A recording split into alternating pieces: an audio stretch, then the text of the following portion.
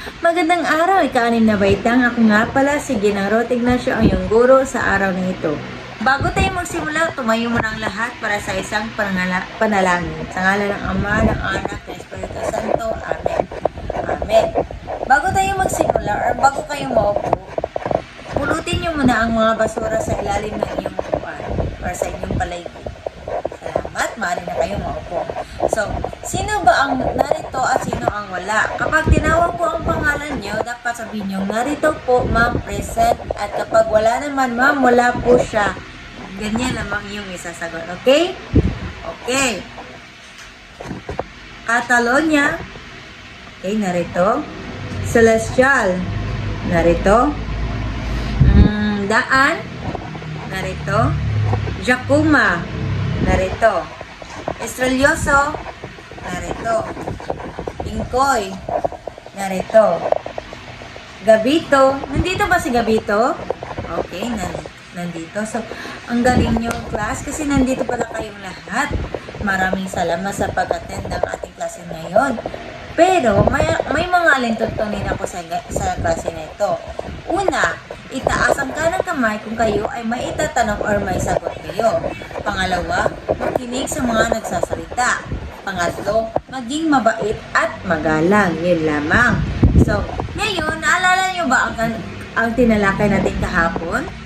Sino ang mga nakaalala kahapon? Tama!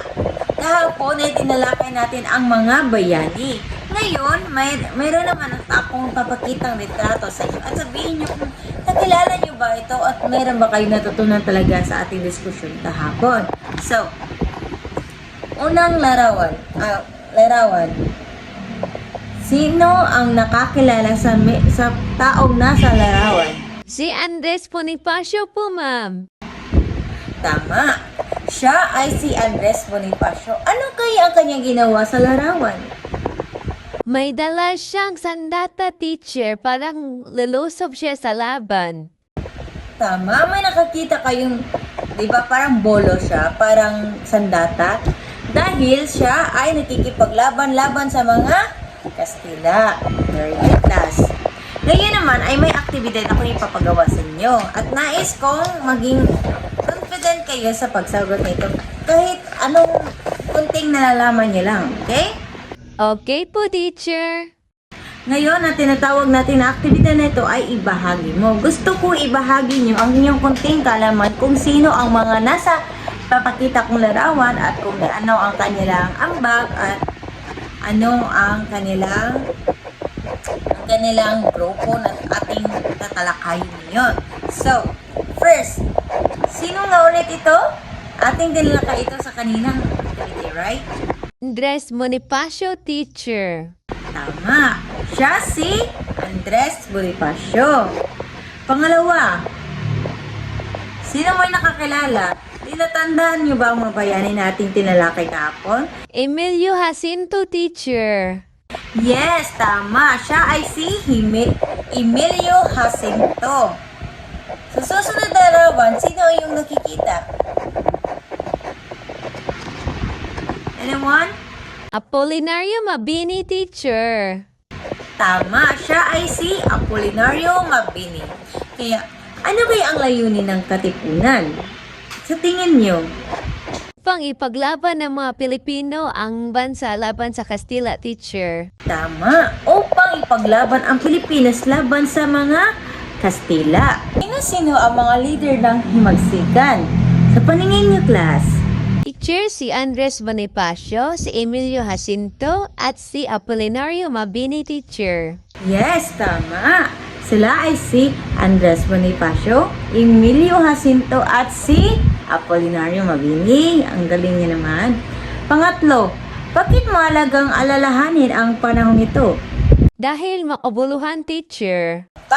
Dahil ang panahon nito ay ipinaglaban talaga nila ang Pilipinas laban sa mga Kastila. Akalain nyo sa loob ng 333 years ay marunong palang lumaban ang mga Pilipino. Ngunit pamaraan ng mga katipunan ay gumagamit sila ng mga armas or mga armado sila laban sa mga Kastila. Ngayon, May idea na ba kayo sa ating tatalakayin ngayon? Tama. Okay. Ang ating paksang tatalakayin ngayon ay ang panahon ng himagsikan. Ang panahon ng himagsikan, ito ay simula ng pagkalaya ng mga sambayan ng Pilipino. Ang panahon ng himagsikan ay isa sa pinakamahalagang yugto sa kasaysayan ng Pilipinas.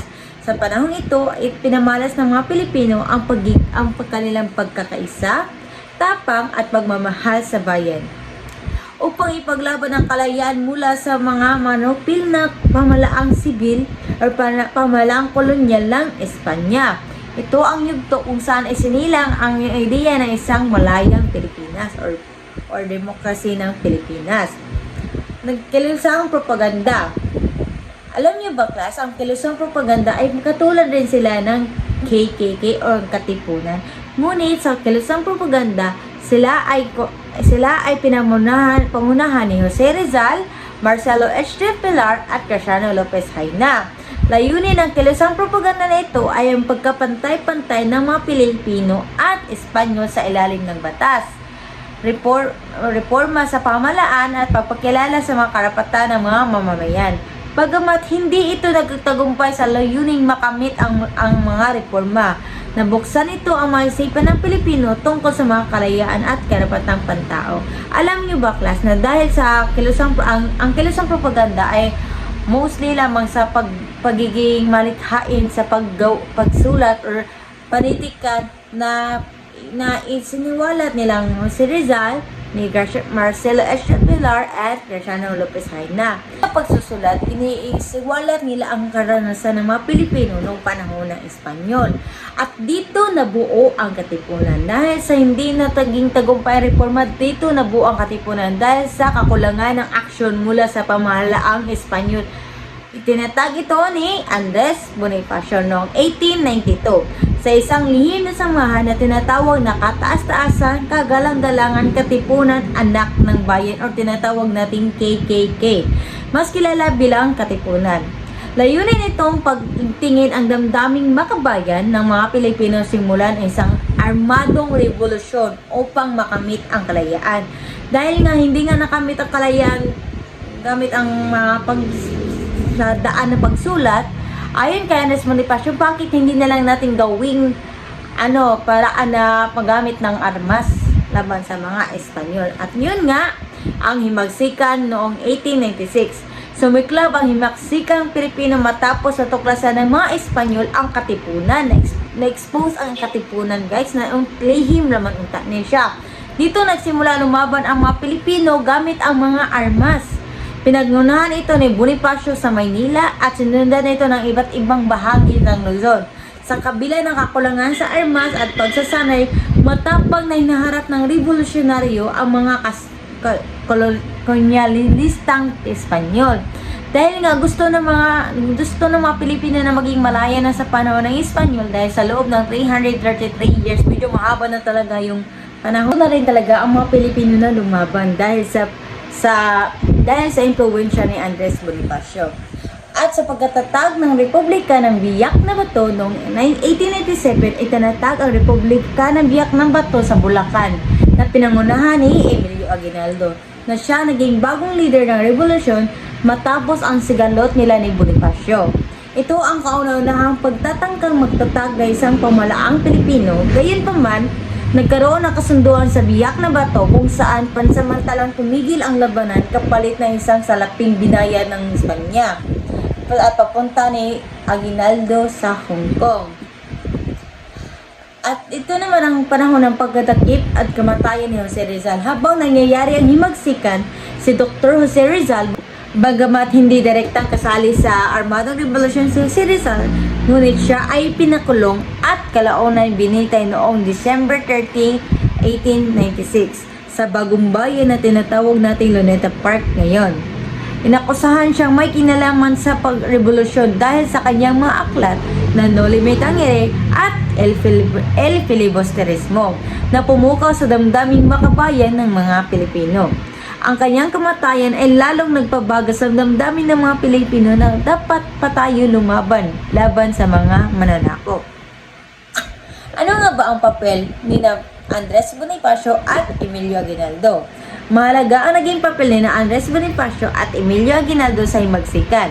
Si Andres Bonifacio ay ama ng himagsikan na nagsimula ng revolusyon noong laban sa Espanya. Sa kabila ng kanyang trahedyang kamatayan, nanatili siyang simbolo ng tunay na tapang at pakikibaka.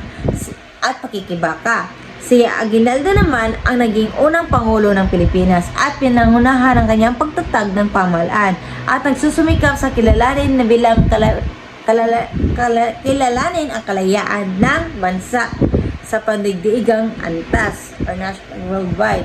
So, meron naman tayong aktibidad. Hatiin ko kayo sa 3. Gawain ng mga grupo. Bawat gumawa ng mini poster na nagpapakita ng sumusunod. Una, pangalan ng bayani. Pangalawa, larawan or dapat giguhin nyo ito ha, drawing. I want your creativity. Magtulong-tulong kayo. Pangatlo, mahalagang nagawa sa panahon ng himagsikan. Pang-apat, maikling slogan tungkol sa kanyang kabayanihan. Pagkatapos ng 10 minuto, magpapalitan ng presentasyon ang bawat grupo at ipaliwanag ninyo ito sa harap ng klase. Naintindihan niyo ba, class? Okay. Sa susunod naman is may mga pagsusulit ako. Sa loob lamang ng 5 minuto, sasagutin nyo ito sa inyong papel. Ilagay nyo lang ang letra sapat lang. Piliin ang tamang sagot sa bawat katanungan. Intindihan niyo ba, class? Very good. Okay, tapos na ba ang lahat? Okay. Mayroon tayong takdang aralin. Gusto ko magsaliksay kayo ng isa pang bayaning Pilipino mula sa panahon na himagsikan na hindi natin natalakay sa klase. Gumawa ng maikling talambuhay na may 5 hanggang 7 pangungusap sa papel. Naintindihan niyo ba? At ipasa niyo ito bukas agad. Maraming salamat sa pagkikinig. Paalam na class and thank you.